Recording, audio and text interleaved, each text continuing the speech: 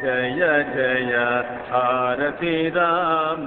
பாரத நாட்டை பொறுத்த வரைக்கும் இஸ்லாமியர்கள் ஏற்கனவே தேவைக்கு அதிகமான சலுகைகளை அனுபவித்துக் கொண்டிருக்கிறார்கள். இந்த நாட்டினுடைய பெரும்பான்மை சமுதாயம் இந்துக்களை விட அதிகமான சலுகைகளை அவர்கள் அனுபவித்துக் கொண்டிருக்கிறார்கள்.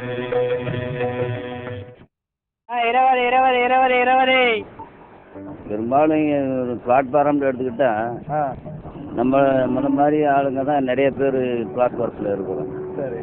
காரணம் என்னன்னா வாய்ப்புகள் இல்லாதனால தான். அதில் இவ்வளவு பிரச்சனைகளுக்கு இடையிலையும் ஏதோ சமாளிச்சுக்கிட்டு வரோம். 45 வருஷமாக இந்த தொழிலை கரும்பு ஆக்கி நாய் போய் அடித்து அண்ணல்ல 2 நெருப்பு நாங்கள் வேலை பார்த்துக்கிறோம். 2 நாளைக்கு வேலை பார்க்காது எங்களுக்கு தங்கி இல்லை. எங்கள் பிள்ளைகளை படிக்க வைக்க முடியல. என் பேர் ஆலிதீன். நான் 8ஆம் வரையும் படிச்சிருக்கேன். படிச்சுட்டு மேற்கொண்டு படிப்பை தொடர முடியாதனால தொழிலுக்கு வந்துட்டேன். எங்களுடைய குழந்தைகளும் குழந்தை படிக்க முடியாமல் பொருளாதார சூழ்நிலை சரியில்லாதனால அன்றாடு உழைச்சா தான் வாழ்க்கை அப்படிங்கிற மாதிரி வாழ்க்கையை ஓட்டிக்கிட்டு இருக்கோம். தொழில் பார்க்குறது 50 வருஷமாக பார்க்குறேன். இது வரைக்கும் நாங்கள் வேலை செஞ்ச தொழிலில் முன்னேற்றம் அடைஞ்சதே கிடையாது. எங்கள் வவுறு தான் நிறைஞ்சிருக்கு. அதுதான் முன்னேற்றம். அவங்கவுங்க அன்றாடம் சம்பாதிச்சு மறுநாள் சோத்துக்கு வழி இல்லாமல் தான் சுற்றிக்கிட்டு இருக்கோம். அன்றாட வேலை பார்த்தா தான் சாப்பாடு எங்களுக்கு. அந்த நிலைமையில தான் இன்னைக்கு வரைக்கும் நாங்கள் தாத்தா காலத்துலேருந்து வேலை பார்த்தது இன்னைக்கு வரைக்கும் அப்படித்தான் இருக்கோம். ராத்திரி 12 மணி அவன் நாங்கள் போயிட்டு முடிக்கிறோம். இது முடிஞ்சு காலையிலையும் சுற்றி சாயங்காலம் 4 மணிக்கு கொண்டு போவோம். அங்கே கொண்டு போனால் அவன் 10 பேர் பீடி ஒடிச்சுட்டு எங்களுக்கு ஒன்றுமே கிடைக்காது. இல்லை அது ஒடிச்சுலேருந்தே திரும்ப விட்டுருவான். அன்னைக்கு கூலி எங்களுக்கு போயிடும். அதுக்கு மறுநாளைக்கு தான் நாங்கள் அதுக்கு இடத்துல வாங்கி போட்டு சுற்றி கொண்டு போய் கொடுத்தா காசு வாங்கிட்டு வரணும். நாங்கள் வட்டிக்கு வாசிக்கு எடுத்து நாங்கள் சொல்லிக்கிறோம். இஸ்லாமியரை பார்த்து கொண்டால் அவர்களில் பெரும்பான்மையினர்கள், நானும் கடந்த 30 ஆண்டுகளாக பார்த்து கொண்டு தான் வர்றேன், அவர்கள் அரசாங்க வேலை மற்ற வாய்ப்புகள் இல்லாமல் ரொம்ப அதிகமாக கஷ்டப்பட்டு கொண்டு வருவார். என்று ஒரு மதசார்பற்ற நாட்டிலே மதத்தின் அடிப்படையிலே அவர்களுக்கு வேலை வாய்ப்புகள் மறுக்கப்படுகின்றன. நான் படித்தது 5ஆவது தான். வீட்டு சூழ்நிலை சரியில்லைனால நான் இங்கே வேலை பார்க்குறேன். எங்கள் அண்ணன் 5 தான் படிச்சிருக்காப்புல, என் தம்பி 5 தான் படிச்சிருக்காப்புல. வேறு தொழில் இல்லாதனால கஷ்டப்படுறேன்னா இந்த தொழில் நாங்கள் வந்துட்டோம் 3 பேருமே. தீவிரத்தினால எங்களுக்கு நோய் ஏற்படுது. அதனால இப்போ ரொம்ப கஷ்டமாக இருக்குது. பிள்ளைகளை பள்ளிக்கூடத்துக்கு அனுப்புகிறாங்க. அந்த துட்டு வந்தால் தான் எங்களுக்கு ஆக வேண்டி இருக்குது. பிள்ளைகளை பள்ளிக்கூடத்துக்கு வந்தால் எங்களுக்கு துட்டு காணாரு. நாங்கள் வாடகைக்கு வேறு இருக்கோம். 500 ரூபா வாடகை கொடுத்துருக்கோம். அதனால ரொம்ப கஷ்டத்தை தான் எங்கள் காலம் கழிஞ்சிட்டு இருக்கோம். காலையில் இருந்து இரவு வரை கண்முழித்து பீடி சுத்தினாலும் அவர்களுக்கு ஒரு நாளைக்கு கிடைக்கக்கூடியது வெறும் 50 ரூபாய் தான். இந்த 50 ரூபாயில் தான் அவருடைய குடும்ப நிலைகளை பாதுகாக்க வேண்டியிருக்கிறது. அவருடைய பிள்ளைகளுக்கும் இங்கு கல்வி என்பது எட்டாக்கனியாகவே உள்ளது. ஏனென்று சொன்னால் சிறு வயதிலேயே குடும்ப வருமானத்திற்காக பெண்கள் குழந்தைகளை பீடி சுத்த வைக்கின்றார்கள். இதன் காரணமாக இந்த மக்களுக்கு டிபி, ஆஸ்துமா போன்ற பெரும் வியாதிகள் எல்லாம் வருகின்றது. இன்றைக்கு இஸ்லாமியர்கள் வெளிநாடு வியாபாரத்துக்கு அது போன ஒரு பகுதியினர் வேண்டுமானால் கொஞ்சம் பொருளாதாரத்தில் செழிப்பாக ஓரளவுக்கு இருக்கலாம் சில ஊர்களிலே. அது கூட இந்த ஊரில் இருந்து அவர்கள் வளர்ந்தார்கள் சொல்ல முடியாது. வசதியை பெருக்கிக் கொண்ட காரணத்தாலேயே அவர்களுக்கு கல்வி அறிவும் உத்தியோக வாய்ப்பும் வந்து விட்டதா என்று சொன்னால் நிச்சயமாக உறுதியாக இல்லை என்பதுதான் பதில். எனவே கல்வி ரீதியாக முன்னேற வேண்டியது கடமை. 50 ஆண்டுகளுக்கும் மேலாய் அழுது கொண்டிருக்கிறது முஸ்லிம் சமூகம். தன் முகமிழந்து முகவரி இழந்து வாழ் உரிமையை வினாக்குறியாகி இன்று வீதியில் நிற்கிறது. இனி தனி இடஒதுக்கீட்டை அடைவதன் மூலமே அவலத்தை துடைக்க முடியும். இந்தியாவில் மிகப்பெரிய சிறுபான்மையினராக முஸ்லிம்கள் இருக்கின்றார்கள். இந்த நாட்டின் விடுதலைக்காக உழைத்திருக்கின்றார்கள். ஆனால் இன்று சமூக பொருளாதார கல்வி நிலையில் தாழ்த்தப்பட்ட மக்களை விட மோசமான நிலையில் ஒரு சமூகம் இந்தியாவில் இருக்கின்றது என்றால் அது முஸ்லிம் சமுதாயமாக தான் இருக்கின்றது. இதை நான் சொல்லவில்லை. As a CS, Chief Minister of Karnataka, I conducted a socio-economic and educational survey. It so turned out, and the Muslims are more backward than the most backward people in the other society. Indira Gandhi அவர்கள் இந்திய பிரதமராக இருந்தபோது மத சிறுபான்மையினரின் நிலையை ஆய்வு செய்வதற்காக கோபால் சிங் என்பவர் தலைமையில் ஓர் ஆணையத்தை அமைத்தார். அந்த ஆணையம் பல்வேறு அம்சங்களில் தாழ்த்தப்பட்ட மக்களை விட முஸ்லிம்களின் நிலை மோசமாக இருப்பதாக கூறியிருக்கிறது.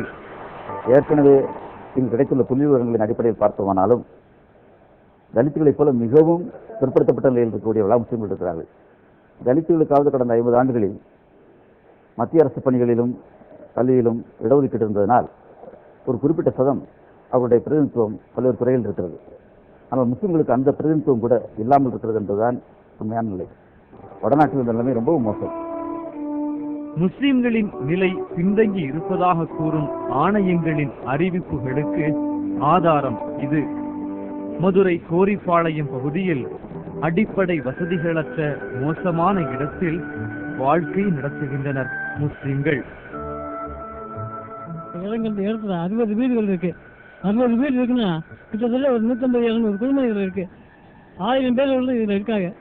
இந்த இடத்துல எங்களுக்கு ஒரே ஒரு கொப்பஸ் தான் இங்கே எனக்குள்ள இருக்கு. மற்றது பேரா இப்போ குழா சொத்தான் போட்டு ஒரு 10-15 நாள் ஆகுது.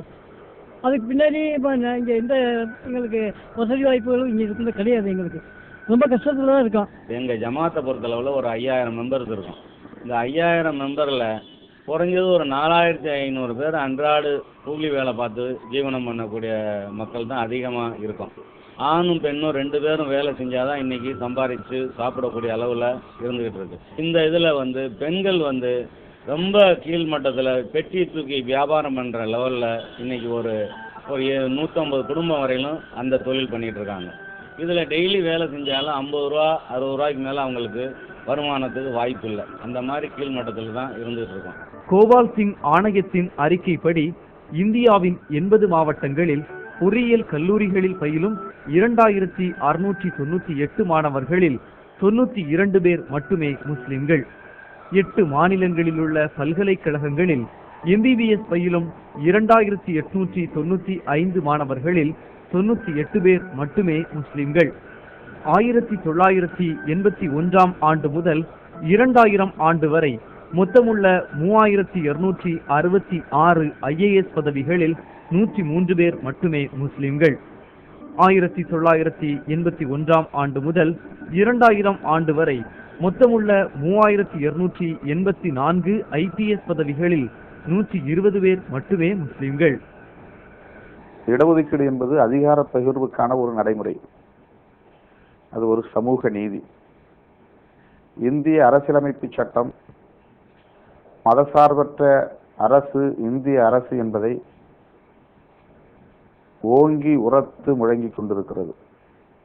அப்படி பார்த்தால் இந்து பட்டியலிலே வரக்கூடியவர்களுக்கு மட்டும், தாழ்த்தப்பட்ட பழங்குடி மக்களான அந்த சமூகத்தினருக்கு மட்டும் இடஒதுக்கீடு வழங்குவது, அதே சமூகத்திலிருந்து இஸ்லாத்திற்கோ கிறிஸ்தவத்திற்கோ சீக்கிய மதத்திற்கோ அல்லது பௌத்த மதத்திற்கோ மதம் மாறுவார்களேயானால் அவர்களுக்கு இடஒதுக்கீடு இல்லை என்கிற நடைமுறை அடிப்படையான மதசார்பற்ற அரசு என்கிற அந்த கோட்பாட்டை தகர்க்கிறது. எனவே ஒடுக்கப்பட்டு கிடக்கிற மக்களுக்கும் சமூகத்திலே பின்தங்கியிருக்கிற மக்களுக்கும் இஸ்லாமியர்கள் போன்ற சிறுபான்மை சமூகத்தை சார்ந்த மக்களுக்கும் கல்வி, வேலைவாய்ப்பு, அரசியல் ஆகிய தளங்களிலே இடஒதுக்கீடு வழங்குவதன் மூலம்தான் அவர்களின் வாழ்வு பாதுகாக்கப்படும்.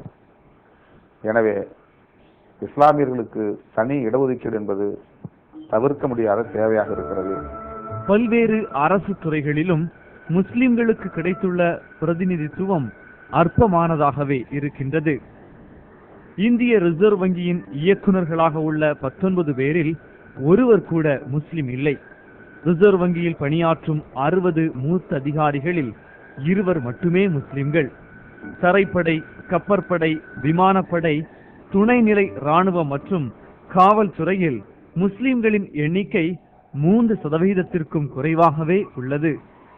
தனியார் துறை நிறுவனங்களில் நிர்வாக பதவிகளில் உள்ளவர்களில் 2% மட்டுமே முஸ்லிம்கள்.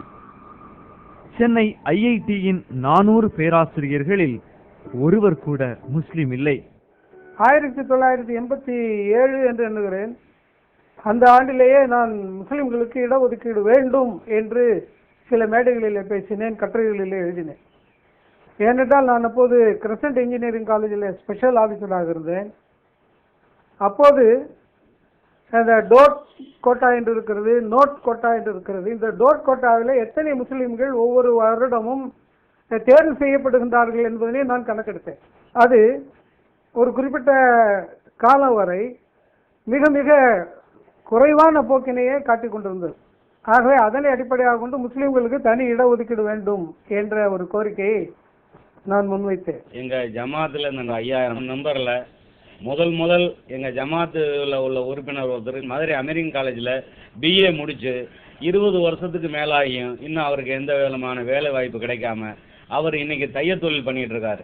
அதே மாதிரி ஒரு படித்த பொண்ணு வந்து ஃபார்மசிஸ்ட் படித்து 15 வருஷம் ஆகிப்போச்சு, மதுரை மெடிக்கல் காலேஜில் படித்தது. எங்கள் ஜமாத்து மெம்பரில் படித்தவன்னு பேர் சொல்கிற அளவில் அப்படி தான் 1-2 பேர் இருக்காங்க. அந்த பொண்ணோட படித்தவங்க மற்ற மதத்துக்காரவங்களுக்கெல்லாம் வேலை வாய்ப்பு கிடைச்சி நல்ல முறையில் இருக்காங்க. இன்னும் அந்த பொண்ணு வந்து டெய்லி போய் மெடிக்கல் ஷாப்பில் ஒரு கையெழுத்து போட்டு 400 ரூபா சம்பளம் வாங்கிட்டு தான் இருக்கிற சூழ்நிலையில் இருக்குது. என் பேர் முகமது இஸ்மாயில். நான் ஒரு பட்டதாரி. இப்படி பட்டம் படிஞ்சாலும் அரசாங்க வேலை எனக்கு வந்து கிடைக்கல. அப்படியே எங்கள் அப்பா செய்கிற தொழிலே நான் வந்து இந்த தொழிலில் வந்து நான் ஈடுபட்டுட்டேன். அதாவது 30 விழுக்காட்டிலே முஸ்லிம்களுக்கு இடஒதுக்கீடு இருக்கத்தான் செய்கிறது. பிற்படுத்தப்பட்டவர்கள் பட்டியலிலே முஸ்லிம்கள் இருக்கிறார்கள். ஆனால் முஸ்லிம்கள் அவர்களை காட்டிலும் முன்னேறி இருக்கக்கூடிய பிற்படுத்தப்பட்டவர்களுடன் போட்டிப்பட வேண்டியிருக்கிறார். ஆகவே அவர்களுக்கு மிக மிக குறைவான இடங்களே MBBS-லும் சரி BA-லும் சரி மிக மிக குறைவான இடங்களே மெரிட் பேசிஸில் கிடைக்கிறது. ஆனால் தமிழகத்தில் முஸ்லிம்களுக்கு இடையில சலவை தொழிலாளர்கள் இருக்கின்றார்கள், பீடி சுற்றுபவர்கள் இருக்கின்றார்கள், ஆட்டோ ஓட்டுபவர்கள் இருக்கிறார்கள், பிளாட்ஃபார்மத்தில் கடை வைத்திருப்பவர்கள் இருக்கிறார்கள். இவர்களெல்லாம் அவர்களே மிக குறைவான படிப்பை பெற்றவர்கள், படிப்பு வாய்ப்பே இல்லாதவர்கள் கூட அதில் நிறைய இருக்கிறார்கள். அவர்களுடைய குழந்தைகளெல்லாம் எப்படி முன்னேறுவது? தனி ஒதுக்கீடு இல்லாமல் அவர்களால் ஒருபோதும் போட்டியிட்டு இந்த கல்வியிலோ வேலை வாய்ப்பிலோ இடங்களை பெறவே முடியாது. கல்வியிலும் வேலை வாய்ப்பிலும் புறந்தள்ளப்பட்ட முஸ்லிம் சமூகம் அரசியல் அதிகாரத்திலும் கூட அதள பாதாளத்திலேயே இருக்கிறது. முஸ்லிம்களின் விகிதாச்சாரத்திற்கு ஏற்ப நாடாளுமன்றத்திலும் சட்டமன்றத்திலும் இதுவரை உரிய பிரதிநிதித்துவம் கிடைக்கவில்லை. இந்தியாவில் 20% மேலாக முஸ்லிம்கள் வாழ்கின்றனர். ஆனால் அரசின் புள்ளி விவரங்களோ 13% இருப்பதாக கூறுகின்றன. அந்த கணக்குப்படி பார்த்தாலும் 540 நாடாளுமன்ற உறுப்பினர்களில் 60 முஸ்லிம் உறுப்பினர்கள் இருக்க வேண்டும். தமிழகத்திலுள்ள 234 சட்டமன்ற உறுப்பினர்களில் 30 முஸ்லிம் உறுப்பினர்கள் இருக்க வேண்டும். ஆனால் இந்த தொகை இதுவரை இருந்ததில்லை. பல்வேறு உலக நாடுகளில் சிறுபான்மையினருக்கு விகிதாச்சார பிரதிநிதித்துவம் அளிக்கப்படுகிறது. சிங்கப்பூரிலும் இலங்கையிலும் சிறுபான்மையினருக்கு உரிய பிரதிநிதித்துவம் தரப்படுகிறது. தென்னாப்பிரிக்காவில் அங்குள்ள கருப்பின மக்களுக்கு அரசு மற்றும் தனியார் துறைகளில் இடஒதுக்கீடு அளிக்கப்பட்டுள்ளது. ஏனென்றால் அந்த சிறுபான்மை மக்களினுடைய பிரதிநிதிகள் இந்த சட்டம் இயற்றும் அவையில் இருக்கும்போதுதான் அவர்கள் தங்களுடைய சமுதாயத்தினுடைய பிரச்சனைகளை நன்கு உணர்ந்து அதற்கு ஏற்றார் போன்று சட்டங்களை கொண்டு வருவதற்கான ஒரு வழி வகுக்கப்படும். அந்த அடிப்படையில் நாம் சிறுபான்மையினர்களுக்கு நம்முடைய நாட்டினுடைய அரசியல் சாசன சட்டம் அளித்திருக்கக்கூடிய உரிமைகளை நிலைநாட்டுவதற்கான உருப்படியான வழி ஏற்படும். முஸ்லிம்களுக்கான இடஒதுக்கீட்டை எதிர்க்கும் சங்பரிவார் குழுக்கள் முஸ்லிம்களுக்கு இடஒதுக்கீடு வழங்குவதென்பது சட்ட விரோதமானது என்று வாதிடுகின்றனர். ஆந்திர மாநில அரசு அறிவித்த 5% இடஒதுக்கீட்டிற்கு நீதிமன்றம் தடை விதித்ததை அடுத்து சங்பரிவாரின் கருத்து சரியானதுதான் என்பதை போன்ற தோற்றம் ஏற்பட்டுள்ளது. உச்ச நீதிமன்றம் முஸ்லிம்களுக்கு தனி இடஒதுக்கீடுக்கு தடை போட்டிருக்கின்றது என்று சொல்வது முதலிலே தவறானது. ஆந்திர அரசாங்கம் முஸ்லிம்களுக்கு தனி இடஒதுக்கீடு கொடுப்பதற்கு முதலில் ஆணையிட்ட பொழுது அந்த ஆணைக்கான அடிப்படையாக அங்குள்ள சிறுபான்மையோர் நல ஆணையம் கொடுத்த ஒரு அறிக்கை பயன்படுத்தப்பட்டது. அந்த அறிக்கையின் அடிப்படையில் முஸ்லிம்களுக்கு இடஒதுக்கீடு என்பது வழங்கப்பட்டது. ஆனால் உயர்நீதிமன்றத்தை பொறுத்தமட்டில் இப்படியான ஒரு ஆணையை வழங்குவதற்கு சிறுபான்மையோர் ஆணையம் கொடுத்த அறிக்கை போதாது, பிற்படுத்தப்பட்டோர் ஆணையம் ஒரு அறிக்கை கொடுக்க வேண்டும் என்று அவர்கள் சொன்னார்கள். அந்த அடிப்படையில் மீண்டும் பிற்படுத்தப்பட்ட ஆணையம் ஒன்று அமைக்கப்பட்டு அந்த ஆணையம் சென்ற ஜூனில் ஒரு அறிக்கை கொடுத்தது. அந்த அறிக்கையின்படி முஸ்லிம்கள் பிற்படுத்தப்பட்டவர்களாக இருக்கிறார்கள் என்பது கண்டறியப்பட்டு உடனடியாக ஆந்திர அரசாங்கம் மறுபடியும் அந்த இடஒதுக்கீடு என்பதை கொடுத்தது. இந்த நிலையில சிலர் மீண்டும் ஆந்திராவினுடைய உயர்நீதிமன்றத்தை அணுகின்றார்கள். அப்படி உயர்நீதிமன்றத்தை அணுகும் போது ஆந்திரா உயர்நீதிமன்றம் என்ன சொல்கின்றது என்றால், அதுதான் நீங்க கவனிக்க வேண்டியது, முஸ்லீம்களுக்கு இடஒதுக்கீடு கொடுப்பது ஒன்றும் தவறில்ல, ஆனா இந்த கமிஷன் சரியான முறையில் ஆய்வு செய்யவில்லை. உண்மையிலேயே அந்த கமிஷனுக்கு தலைமை தாங்கியவர் ஆந்திரா உயர்நீதிமன்றத்தினுடைய ஒரு ஓய்வு பெற்ற நீதிபதி என்பதையும் நாம் கவனிக்க வேண்டும். கமிஷன் சரியான முறையில் பணியை செய்யல, எனவே இந்த இடஒதுக்கீடை தடை செய்கின்றோம் அப்படின்னு அளிக்கிறாங்க. ஆக முஸ்லீம்களுக்கு இடஒதுக்கீடு கொடுப்பது தவறு என்று சொல்லவில்லை, கொடுக்கப்பட்ட முறை, பரிந்துரைக்கப்பட்ட முறை தவறு என்பதனால அது தடுக்கப்படுகின்றது. இதை எதிர்த்து ஆந்திரா அரசாங்கம் உச்ச நீதிமன்றத்தில் மேல்முறையீடு செய்கின்றது. அந்த சுப்ரீம் கோர்ட்ல என்ன செய்யறாங்கன்னா, இந்த இடஒதுக்கீடு பிரச்சனையை எடுத்துக்கொண்டு இந்த கமிஷனுடைய பரிந்துரை சரியில்லை என்பதனால் நாங்கள் தடை செய்கின்றோம்.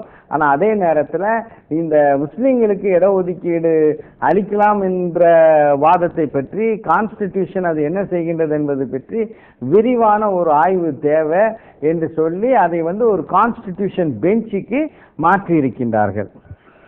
இடஒதுக்கீட்டை பொறுத்தவரையில் அது முஸ்லிம்களிடமிருந்து பறிக்கப்பட்ட உரிமை என்பதே உண்மை.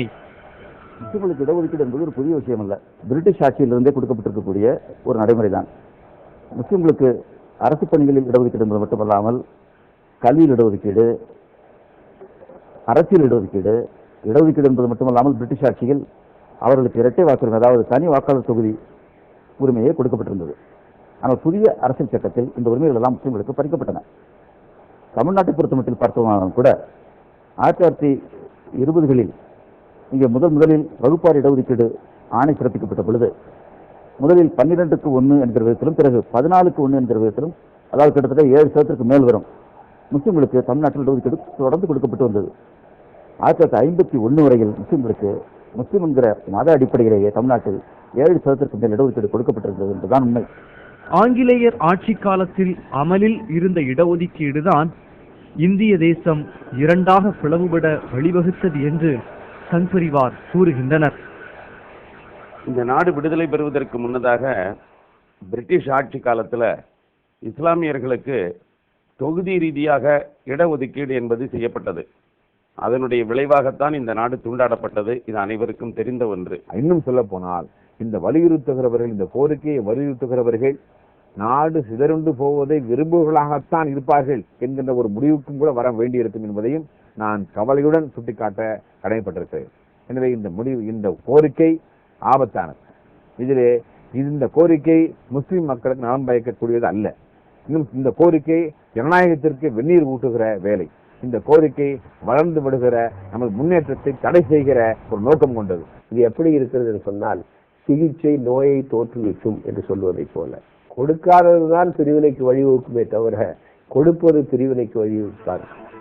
நமது அண்டை மாநிலமான கேரளாவில் 1970 முதல் முஸ்லிம்களுக்கு இடஒதுக்கீடு வழங்கப்பட்டு அது நடைமுறையில் இருந்து வருகிறது. கேரளா இந்தியாவின் ஓர் பிரிக்க முடியாத அங்கமாகத்தான் இருக்கிறது. அங்கே பிரிவினைவாதம் தலைதூக்கவில்லை. அதை போன்று கர்நாடகாவிலும் முஸ்லிம்களுக்கு இடஒதுக்கீடு வழங்கப்பட்டுள்ளது.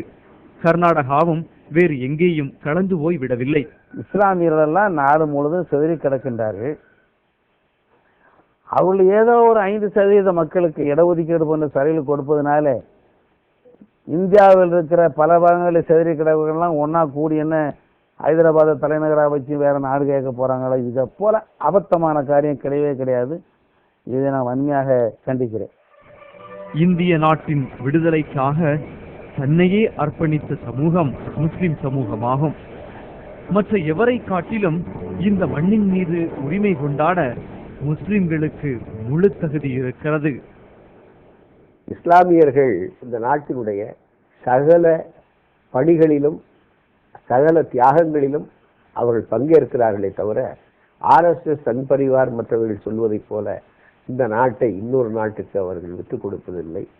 2 பாட்டில் சாராயத்துக்காக இராணுவ ரகசியத்தை விற்றவர்கள் அவர்கள் அல்ல. மாறாக முதலில் பாகிஸ்தானோடு யுத்தம் வந்தபோது கூட போரிலே நின்று முதலிலே வாதாடியவர்கள் அவர்கள்தான்.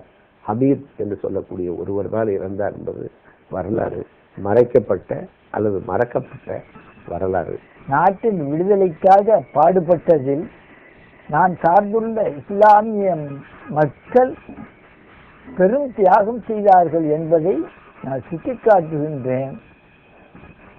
நானும் அதேபடிதான் என்னுடைய சொந்த வேலையை காட்டிலும் நாட்டின் விடுதலைக்காக நான் பாடுபட்டதுதான் மிக அதிகம். அதனுடைய கூலி எனக்கு என்ன கொடுத்தார்கள்? பிரிட்டிஷார் மரண தண்டனை கொடுத்தார்கள். எனக்கும் என் போன்ற ஒரு 33 பேருக்கு மரண தண்டனை கொடுத்தார்கள். இந்த 33 பேரில் 21 பேர் முஸ்லிம்கள், 12 பேர் மற்ற இதர மதத்தினர்கள். அந்த மாதிரி பாடுபட்டோம். எங்களுடைய விடுதலைக்காக மகாத்மா காந்தி, தேசத்தந்தை மகாத்மா காந்தி உள்பட பல தலைவர்கள், ஜின்னா, லியாகத் அலி கான், நேரு, இப்படி பல தலைவர்கள் எங்களுக்காக வாதாடி லண்டன் பிரிவு கவுன்சிலில் தான் எங்களுடைய மரண தண்டனை ரத்து செய்யப்பட்டது. நாம் சந்தித்த மிகப்பெரிய மனிதர்களில் அவர் ரொம்ப பெரிய மனுஷன். அதாவது ஒரு தியாகின்றவங்களெல்லாம் இப்போ நம்மளால ரொம்ப பார்க்க முடியல. நமக்கு என்ன கிடைக்கும்ன்றதுக்காக தான் பொது வாழ்க்கையில் இருக்கிறவங்கள, அரசியலில் இருக்கிறவங்கள பார்க்க முடியல. ஆனால்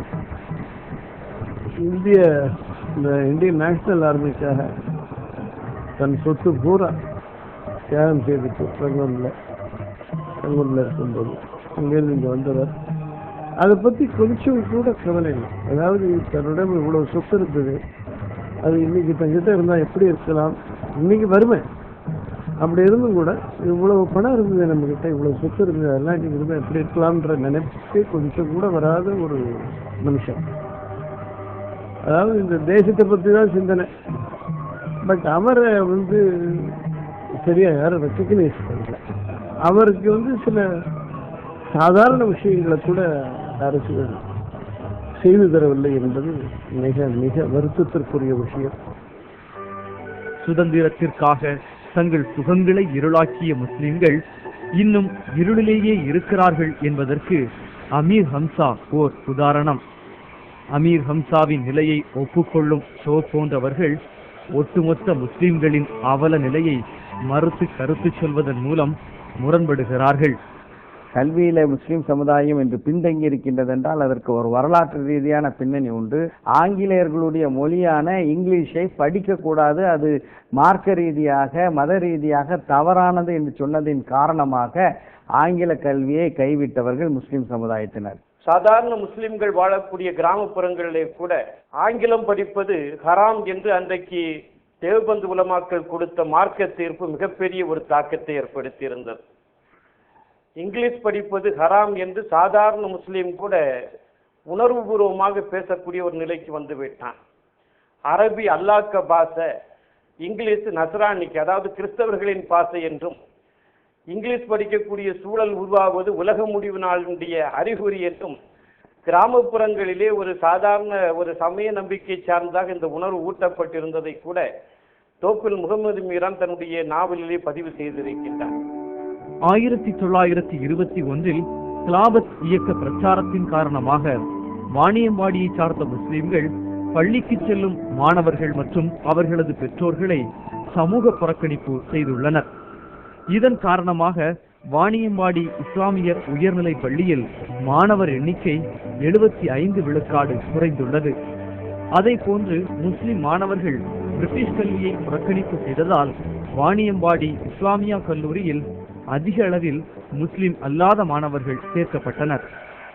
ஆங்கில அரசாங்கத்தினுடைய பல்வேறு பொறுப்புகளிலே இருந்தவர்கள் காந்தியடிகள் அவர்கள் ஒத்துழையாமை இயக்கத்தை ஆரம்பித்த போது, முகமது அலி ஜவஹர் அவர்கள் கிலாஃபத் இயக்கத்தை அறிவித்த போது இந்த ஆங்கில பதவிகளை எல்லாம் தூக்கி எறிய வேண்டும் என்று சொல்லும் போது தூக்கி எறிந்தவர்கள். சுதந்திரம் கிடைத்து கிட்டத்தட்ட 60 ஆண்டுகள் ஆன பின்னாலும் கூட இந்த அவலம் தொடர்கிறது என்பதுதான் வேதனைக்குரிய விஷயமாக இருந்து கொண்டிருக்கிறது. வெள்ளையை விரட்டியடித்த வீர சமூகத்தின் வாழ்வு இன்று கருப்பாக தொடர்கிறது. சமூக நீதி என்னும் வெளிச்சம் விழுந்தால்தான் முஸ்லிம் சமூகத்தால் இனி எழ முடியும். இடஒதுக்கீடு வேண்டும் என்கிற கோரிக்கையை முஸ்லிம்கள் எழுப்புவது என்பது ரொம்பவும் நியாயமான ஒன்றுதான். அவர்கள் இந்த கோரிக்கையை வெறும் அரசு பணியில் இடஒதுக்கீடு என்பதாக மட்டும் இல்லாமல் தனியார் துறையிலும் இடஒதுக்கீடு என்கிற அடிப்படையிலும் இன்னும் தேர்தல்களிலும் இடஒதுக்கீடு என்ற அடிப்படையிலும் விரிவு செய்ய வேண்டும்.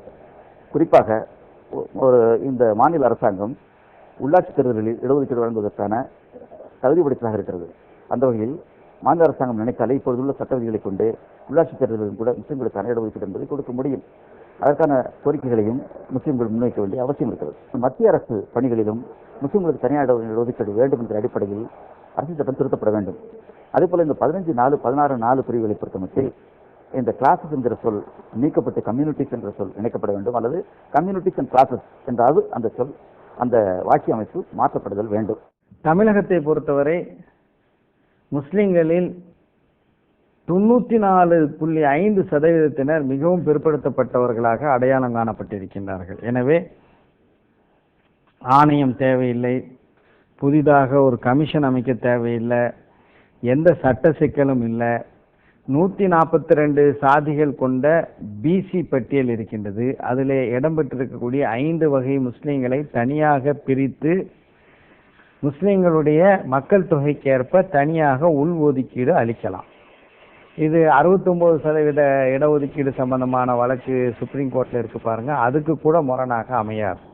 அரசாங்கத்திற்கு மன உறுதி வேண்டும், அவ்வளவுதான். யார் அரசாங்கத்துக்கு வந்தாலும் சரி, யார் ஆட்சிக்கு வந்தாலும் சரி, மன உறுதி இருந்தால் இதனை செய்து விட முடியும்.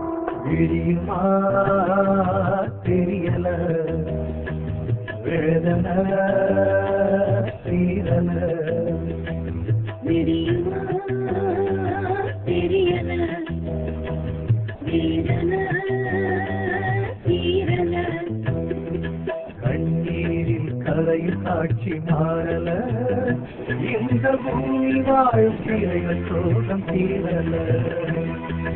கண்ணீரில் கரையில் காட்சி மாறல, இந்த பூமி வாழும் பிள்ளைகள் சோகம் தீரல. விடியுமா தெரியல, வேதன தீரல. விடியுமா தெரியல, வேதன தீரல.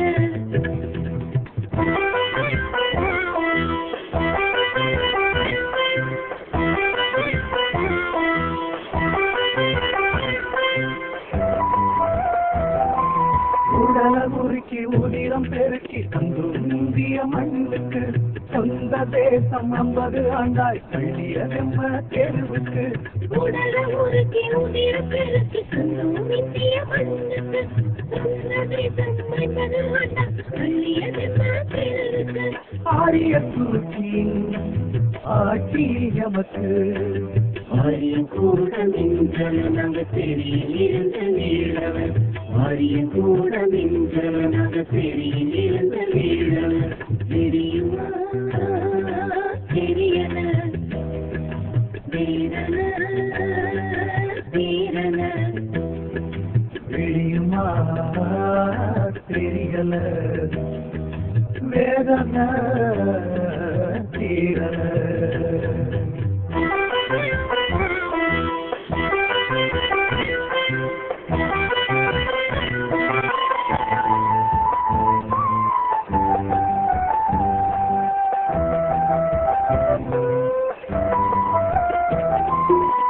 படிப்பும் பதவிகளும் எட்டா கனியாயிருக்குது.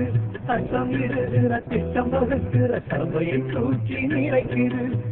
படிப்பும் பதவிகளும் எட்டா கனியாயிருக்குது. சட்டம் இருக்கிற திட்டம் வகுக்கிற சபையை தூக்கி நிறைக்குது. ஊனமாய் கிடக்கிறோம், உரிமையை கேட்கிறோம்.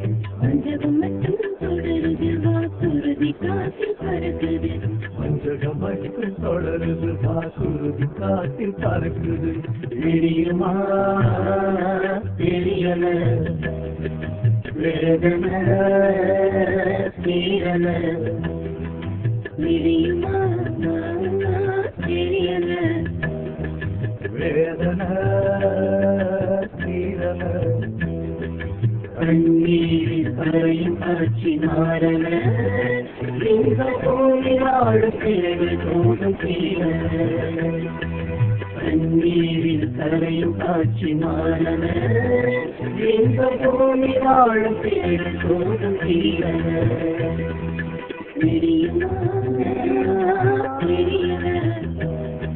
வேதன